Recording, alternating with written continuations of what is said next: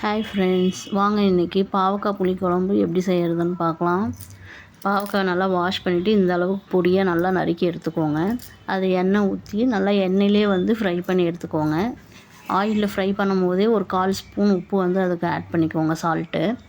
Fry பண்ணி எடுத்துகிட்டு அதே வானலில் எண்ணெய், கடுகு, வெந்தயம் ஒரு 1/4 ஸ்பூன், கருவேப்பிலை ஆட் பண்ணி நல்லா ஃப்ரை பண்ணிவிட்டு பூண்டு நான் கட் பண்ணி எடுத்துக்கிட்டேன். முழுசாகவும் போடலாம், நல்லாயிருக்கும். அதே மாதிரி சின்ன வெங்காயமும் நான் கட் பண்ணி தான் எடுத்திருக்கேன். சின்ன வெங்காயமெல்லாம் நல்லா ஃப்ரை ஆகிட்டு வரட்டும். ஒரு லெமன் சைஸ் புளி ஊற வச்சுக்கோங்க. அப்புறம் ஒரு தக்காளி நான் ஆட் பண்ணியிருக்கேன். தக்காளியும் நான் பொடியாக கட் பண்ணிக்கிட்டேன். தக்காளி வேணும் அரைச்சி கூட போடலாம், நல்லாயிருக்கும். நான் பொடியாக கட் பண்ணி போட்டுக்கிட்டேன். தக்காளி நல்லா ஃப்ரை ஆகட்டும். எப்பவுமே தக்காளி நல்லா ஃப்ரை ஆகிடுச்சுன்னா குழம்பு நல்லா டேஸ்ட் நல்லாயிருக்கும். தக்காளி நல்லா ஃப்ரை ஆனதுக்கப்புறம் மல்லித்தூள், மிளகாய்த்தூள், உப்பு, மஞ்சத்தூள் எல்லாம் ஆட் பண்ணியிருக்கேன். மிளகாய்த்தூள் உங்கள் காரத்துக்கு தகுந்த மாதிரி ஆட் பண்ணிக்கோங்க. ஆனால் பாவக்காய் குழம்புக்கு கொஞ்சம் மிளகாய்த்தூள் நம்ம எக்ஸ்ட்ரா எப்பவும் போடுறதோட ஒரு 1/2 ஸ்பூன் அதிகமாக போட்டோம்னா நல்லாயிருக்கும்.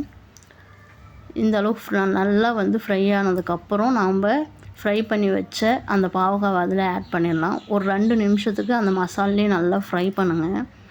அது பாவக்காயோடு நல்லா மிக்ஸ் ஆகும். அதுக்கப்புறம் தண்ணி ஊற்றி கொதிக்க வைங்க, நல்லாயிருக்கும்.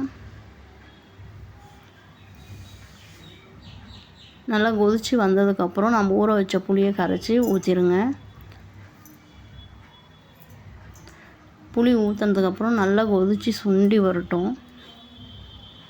இந்த ஸ்டேஜில் நீங்கள் காரம், புளிப்பு, உப்பு எல்லாமே கரெக்டாக இருக்கான்னு செக் பண்ணிக்கோங்க. அப்படி பத்தலாகும் போது நீங்கள் ஆட் பண்ணிக்கோங்க.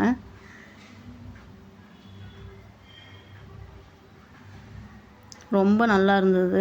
பாவக்காய் கசப்பே கொஞ்சம் கூட தெரியாமல் இருக்கும் இந்த புளிக்குழம்பு. ட்ரை பண்ணி பாருங்கள் ஃப்ரெண்ட்ஸ்.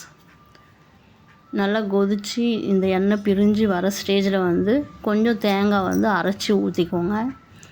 தேங்காய் ஊற்றினதுக்கப்புறம் ஒரு 30 செகண்ட் மட்டும் கொதிச்சா போதும். ரொம்ப நேரம் கொதிக்க விட வேணாம், குழம்போட டேஸ்ட்டு மாறி போயிடும். அதனால் தேங்காய் ஊற்றி ஒரு 30 செகண்ட்லேயே ஆஃப் பண்ணிடுங்க. ஆஃப் பண்ணிவிட்டு மல்லித்தூள் ஒரு 1/4 ஸ்பூன், மிளகுத்தூள் ஆட் பண்ணிக்கோங்க. ரொம்ப நல்லா இருந்தது இந்த குழம்பு. ட்ரை பண்ணி பாருங்கள் ஃப்ரெண்ட்ஸ். ட்ரை பண்ணி பார்த்துட்டு எப்படி இருந்ததுன்னு கமெண்ட் பண்ணுங்கள்.